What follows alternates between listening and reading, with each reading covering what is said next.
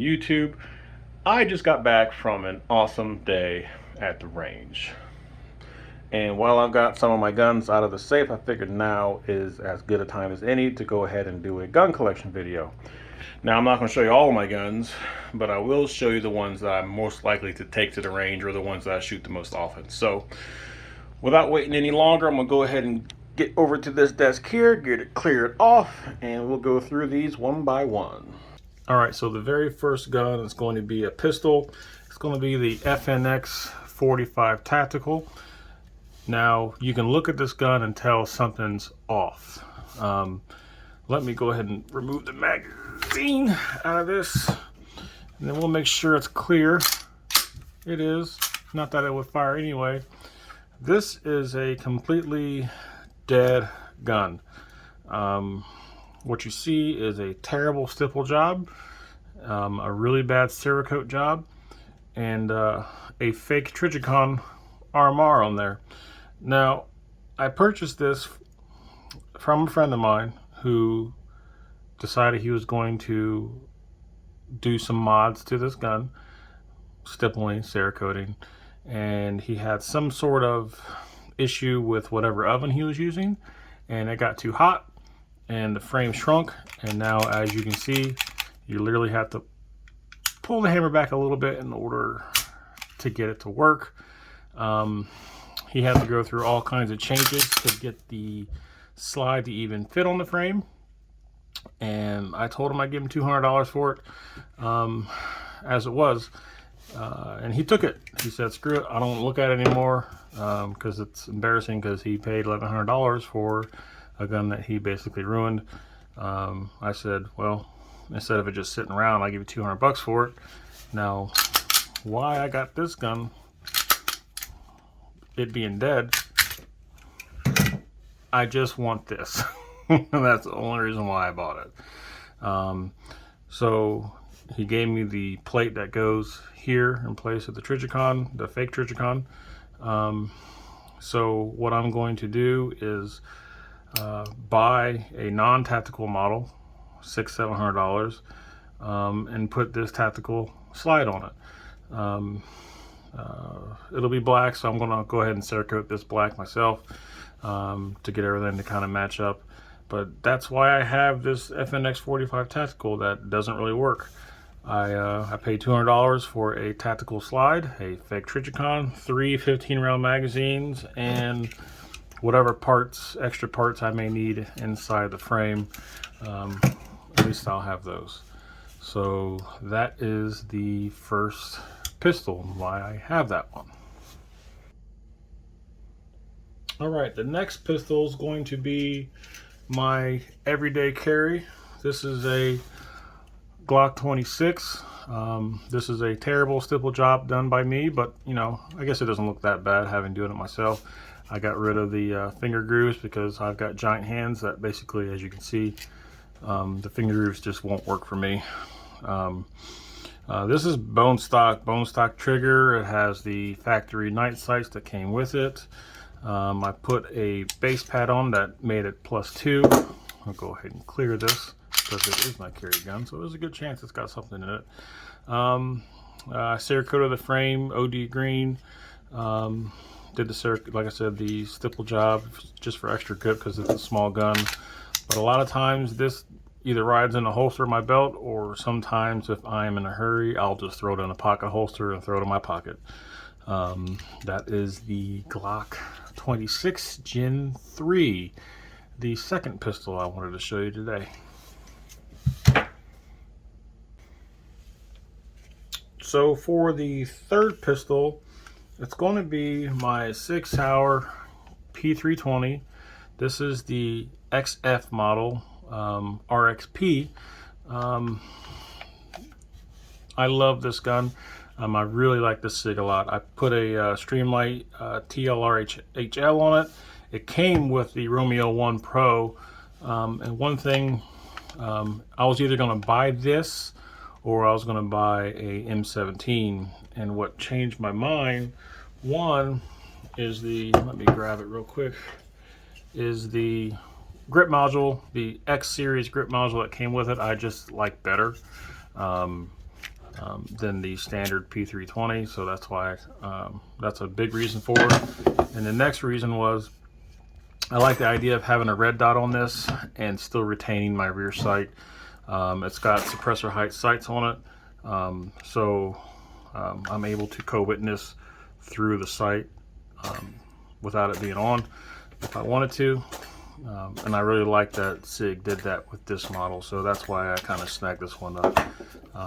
It's got a really nice trigger, and it just feels good. It's a really good, easy gun to shoot, and a lot of beginners that I have the privilege of showing how to shoot, this is one of the ones that I go for just because it's a really soft shooter, and it's just a really nice gun. So that is the Sig Sauer P320 XF RXP model.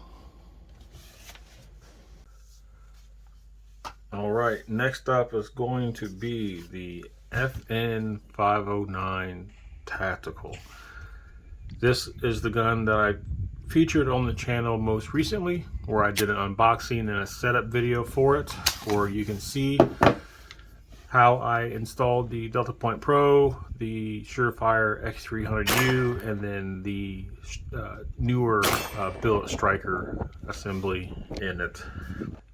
I will be doing a review on this particular pistol soon, but I want to get some more range time with it before I really give my thoughts.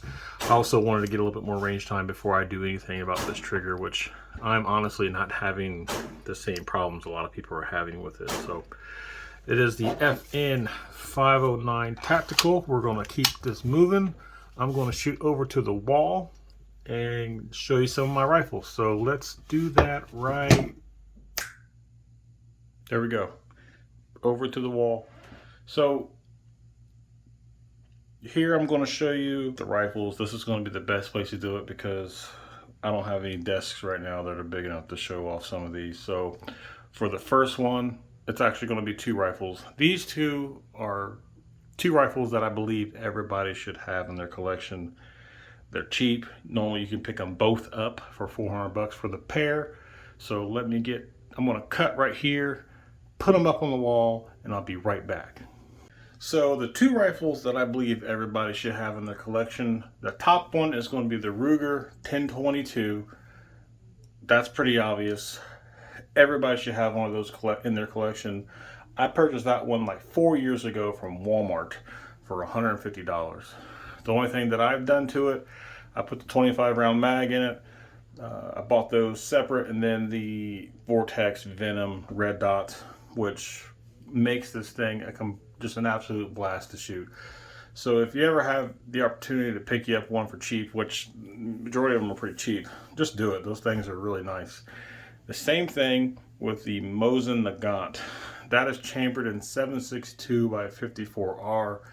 It is an awesome rifle. They're really old. That one was made in 1936. So shooting it, that does run through the back of your head like, man, this thing is almost 100 years old. That's pretty crazy. But it's actually pretty accurate for as old as it is. It doesn't kick that hard. I mean, it's got a little bit of a recoil to it. Big old fireball out the muzzle, but honestly, it's an awesome rifle to shoot. And if you've ever seen Enemy at the Gates, you're gonna want one. Just watch Enemy at the Gates and then tell me you don't want one of these rifles. So, all right, those are those two. We got 3 more left, 4 more left, 4 more left. Moving on. I'm gonna keep it moving. So next up is going to be the Arsenal SLR 107R AK pattern rifle. This one's chambered in 7.62 by 39. I'm not big on Dracos. I like the full size AKs. I've got a few of them. This one just happens to be my favorite. I did swap out the black plastic furniture for some wood furniture. Those are just some Ranger bands just for cosmetics. I put a US Palm grip on it, did some camo pattern on the frame, just screwing around with that. It looks beat up. It looks like it's got a ton of miles on it, but I tell you what, my round count is probably still under 5,000 on this rifle.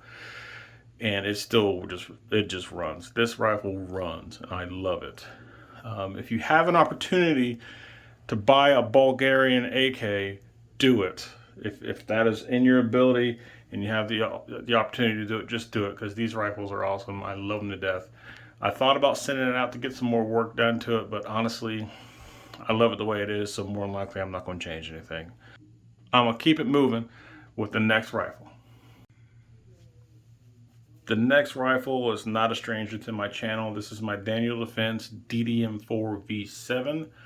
I haven't done a whole lot aftermarket wise to this rifle because honestly, it's dead reliable. There's no reason to mess with it. It's still got the factory trigger in it. The only thing I've done is obviously I put the EOTech on it. It's got a Olight Odin flashlight on it, Magpul foregrip, a BCM charging handle. The rest of it is exactly how it came, other than a couple coats of Krylon that I've put on there over the years. This rifle is my go-to. It's old reliable at this point. I've had it since 2016. I've put thousands and thousands and thousands of rounds through this thing, and it still runs like it's brand new. Like it's brand new. I love this thing to death. I'll never get rid of it. And people that watch my channel know that I've had this thing a long time. So it's been through the ringer, been through a bunch of training courses, and it's never given me any problems. So if you are in the hunt for a Daniel Defense rifle, the DDM4 V7 is actually a really good rifle to go with. It's super light and super reliable, so what more can you ask? So I'm gonna keep it moving. Next rifle. All right, couldn't do this video without having at least one of my AR builds on here. This is my Mark 18 build. Didn't buy this as a Mark 18, I pieced it together. 10.3 inch ballistic advantage barrel, Daniel Defense quad rail, Daniel Defense bolt carrier group, CMC trigger with a Magpul grip, SB tactical brace. It's got Daniel Defense front and rear irons, along with a BCM charging handle, Trijicon MRO with a Geisley mount, and then a Streamlight flashlight. This thing is everything that I need, everything I wanted in a 10.3 inch pistol build. So it's awesome. It has never failed me. It hasn't given me any problems as of yet. Hopefully that keeps going, because I love this thing to death. Another one of my rifles that I'm never ever going to get rid of. I love this thing to death. So that is the Mark 18 build. You might also call it a Daniel Defense Mark 18. All right, I'm gonna keep it moving. I couldn't complete this video without including my SCAR 17S. This particular SCAR 17S was made in the US instead of Belgium, like a lot of them were made, which I'm actually a big fan of. Obviously it's in black. Obviously it's chambered in 308s. I haven't done a whole lot of aftermarket anything to this other than the Kinetic Development Group rail, BCM grip, and a Magpul pistol grip. It's still running the Vortex Strike Eagle 1x6 on there. I'm getting kind of bored with that optic at this point. I want to put something better on there, so I'm looking at the Gen 3 Vortex Razors, the 1 through 10 power, or I'm looking at a Mark 5 Loophole. I just don't know which one I want to go with yet. I haven't made up my mind. They're both about the same price, about $2,000. The only thing that I'll never change for sure, and that's going to be the UGG boot stock. Everybody hates the UGG boot. I personally love the UGG boot stock. I think it's what makes the SCAR as far as the aesthetics go, so I'll never get rid of that. It still has the factory trigger in it. I just haven't jumped on the Geisley bandwagon yet. I think I'm one of the few people that got a SCAR with a decent trigger, because it's really not that bad. Just like my FN509, people complain about the trigger. Mine's really not that bad, so I'm just not changing them out yet. So who knows, one day I might, but right now I'm just running it the way it is. Yeah, I went ahead and cut the video there, saved you guys from about 5 minutes of useless rambling. So anyways, that was my top 10 guns from my collection. If you enjoyed the video, please consider subscribing. Please hit the like button. This is John from BGR, signing off.